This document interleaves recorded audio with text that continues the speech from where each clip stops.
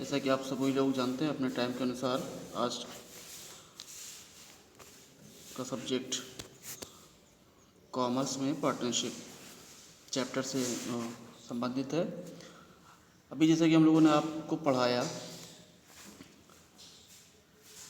तो हमें उम्मीद है कि आप लोगों ने नोट्स तैयार कर लिया होगा और उसको जो है अच्छे से रीड कर रहे होंगे।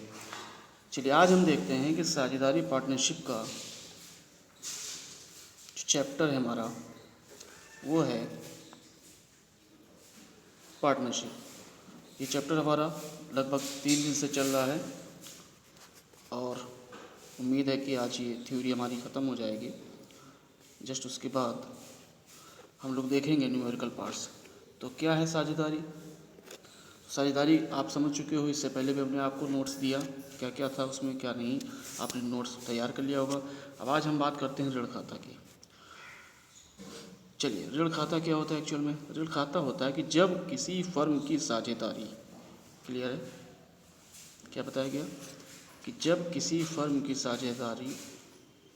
साझेदार में ऋण लेती है तो साझेदार के जो लेखांकन होते हैं, ठीक, उस लेखांकन के लिए जो खाता खोला जाता है उसे ऋण खाता कहा जाता है।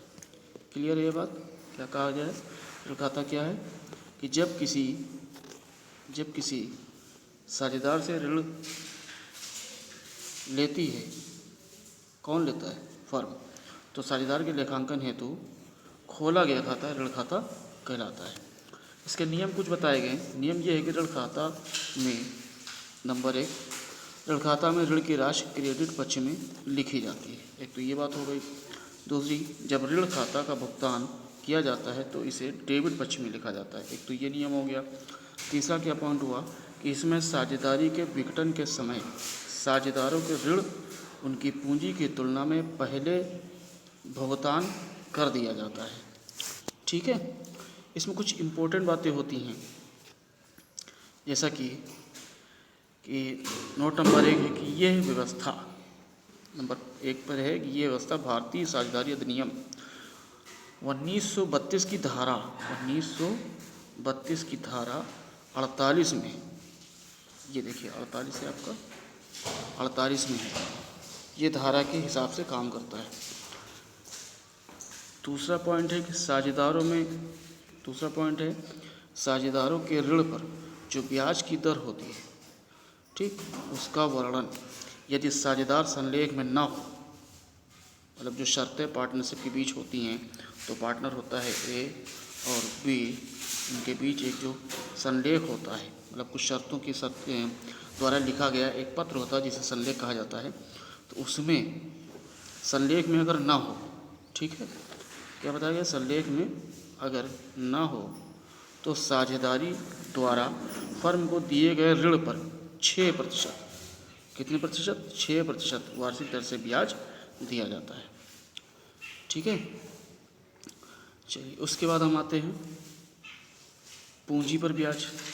पूंजी पर ब्याज की गणना यह है कि भारतीय साझेदारी अधिनियम की धारा 13C के अनुसार किसी भी साझेदार को पूंजी पर ब्याज देने की व्यवस्था नहीं है। यह रूल होता है। क्या रूल होता है कि जो भी साझेदारी है, भारतीय साझेदारी 2 पार्टनरों के बीच में, ठीक, ए और बी, दोनों पार्टनरों के बीच में यदि ये पूंजी पर ब्याज लेना चाहते हैं, ठीक, तो उस केस में क्या है कि पूंजी पर ब्याज देने की व्यवस्था नहीं है। ठीक, लेकिन कुछ शर्तें हैं जिसमें भी बताया गया है। खैर हम उसको आगे देखते हैं। अतः किसी भी साझेदार की पूंजी पर ब्याज नहीं दिया जाता है। क्लियर हो गई ये बात? क्या बताया गया कि साझेदारी पूंजी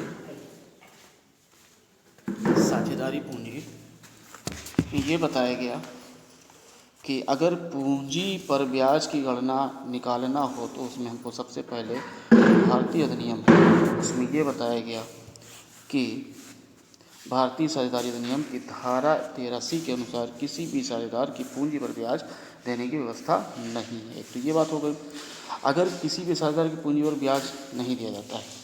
चलिए अब हम आगे देखते हैं, परंतु कुछ शर्तें होती हैं जिस पर ब्याज देने की कंडीशन आ जाती है। क्या है?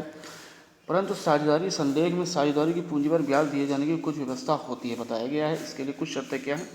जब साझेदार लाभालाभ असमान अनुपात में बांटते हैं, ठीक, उनमें से प्रत्येक के द्वारा लगाई गई पूंजी की राशि बराबर होती है, उस केस में पूंजी पर ब्याज मिल सकता है। दूसरा ये बताया गया कि जब साझेदार लाभालाभ बराबर अनुपात में बांटते हैं पर पूंजी की राशियां भिन्न भिन्न होती हैं, तो भी पूंजी पर ब्याज दिया जा सकता है।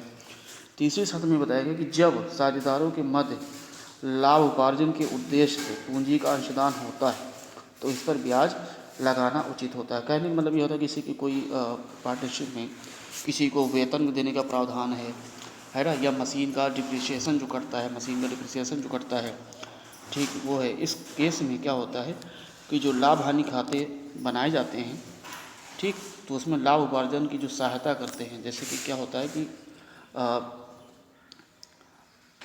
पूंजी लगाई गई, ठीक, पूंजी आपकी लगाई गई, लेकिन वो पूंजी लगाई गई इस बिहाफ से कि हमको आगे कहीं ना कहीं लाभ होगा, इसीलिए तो लगाया था इंसान।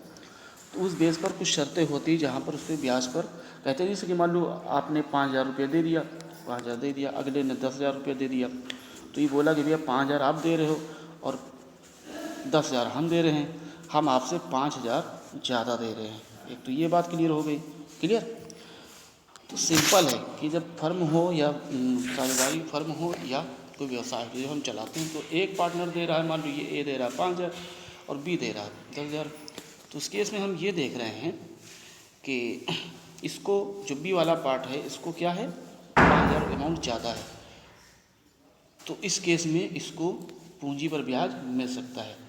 ठीक, ये इसलिए लगाता है, सोच रहा है कि हमको कुछ ज़्यादा लाभ हो जाएगा। तो कहने का मतलब हो गया कि लाभ के उद्देश्य से ये पॉइंट जो हमारा बताया गया, जैसे वेतन है, मशीन है, हाथ से, ठीक, उस केस में हमको क्या होता है, सहायता करते हैं। चलिए आगे देखते हैं। फिर है हमारा आहरण पर ब्याज। जब साझेदार अपने निजी व्यय के लिए राशि निकालता है तो उसे आहरण कहा जाता है। एक तो ये बात, आहरण पर ब्याज लेने फर्म का गर्भित अधिकार है, लेने का फर्म का गर्भित अधिकार है। इस आहरण पर प्रत्येक साझेदार की समझौते में दी हुई दर के अनुसार ब्याज देना पड़ता है। इसके लिए भी कुछ शर्तें निम्न हैं जो आपको बताई गई। जैसे कि पहली शर्त है, इसमें ब्याज के आहरण पर लेने वाले वर्ष में आहरण की तिथि से वित्तीय वर्ष के अंतिम दिन तक की अवधि के लिए निकाला जाता है। तो ये बात हो गई। दूसरे, इसमें अगले संपूर्ण वर्ष का ब्याज निकाला जाता है, मतलब इस साल से लेकर के अगले, तो एक जैसे आज पहली मान लो 1 अप्रैल से स्टार्ट हुआ, ठीक, 1 अप्रैल से जब स्टार्ट हुआ तो उस केस में क्या हो जाता है कि 1 साल तक, मतलब 31 मार्च तक, ठीक, 31 मार्च तक क्या हो गया, इसमें अगले संपूर्ण वर्ष का ब्याज निकाला जाता है। इसमें जब आहरण का भुगतान नहीं किया जाता है या अन्य किसी प्रकार का समायोजन नहीं किया जाता है तब तक ब्याज बराबर निकाला जाता है। इसमें भी कुछ नोट पॉइंट होते हैं, जैसे कि बताया गया कि इसमें उस समय ब्याज निकालना बहुत कठिन होता है जब साझेदारी विभिन्न तिथियों में निकाली हुई आहरण की कई राशियाँ होती हैं। मतलब जैसे कि किसी ने एक महीने में 5,000 निकाल लिया, अगले महीने में 10,000 निकाल लिया, फिर उसी महीने में 500 निकाल लिया, इस तरीके से कई ट्रांजैक्शन जब हो जाते हैं तो दिक्कत हो जाती है। दूसरा, आहरण पर ब्याज का लेखा अधिकतर संबंधित साझेदार के चालू खातों में किया जाता है। इस पॉइंट को याद रखना। जब ब्याज के लिए आहरण की, तीसरे पॉइंट में है कि जब ब्याज के लिए आहरण की कई राशियाँ सम्मिलित हों तो ऐसी दशा में औसत भुगतान तिथि के अनुसार ब्याज निकाला जाता है। मतलब एक पहले उसका एवरेज निकालेंगे, उसके बाद एवरेज निकालने के बाद जो उसका मेन औसत आएगा उस पर हम ब्याज निकालेंगे, क्योंकि कई चरणों में पैसा निकाला जाता है ना, राशि जो आहरण करता है कई चरणों में होता है, तो उस केस में यही तो बताया गया इस पॉइंट में। उस केस में एवरेज निकालने के बाद ही हम ये काम करते हैं।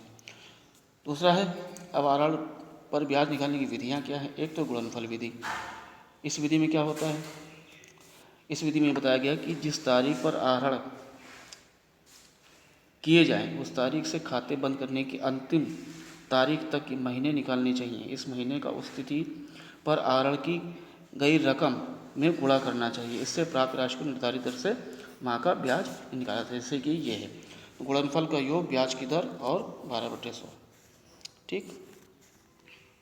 फिर है औसत भुगतान। इस विधि में क्या है कि प्रत्येक आहरण की राशि, औसत भुगतान में प्रत्येक आहरण की राशि उसके संबंधित महीनों से गुणा किया जाता है और सभी गुणनफलों के योग को आहरण की राशि के योग से भाग देकर प्राप्त महीनों में निर्धारित दर पर से आहरण के योग वाली राशि पर ब्याज निकाला जाता है।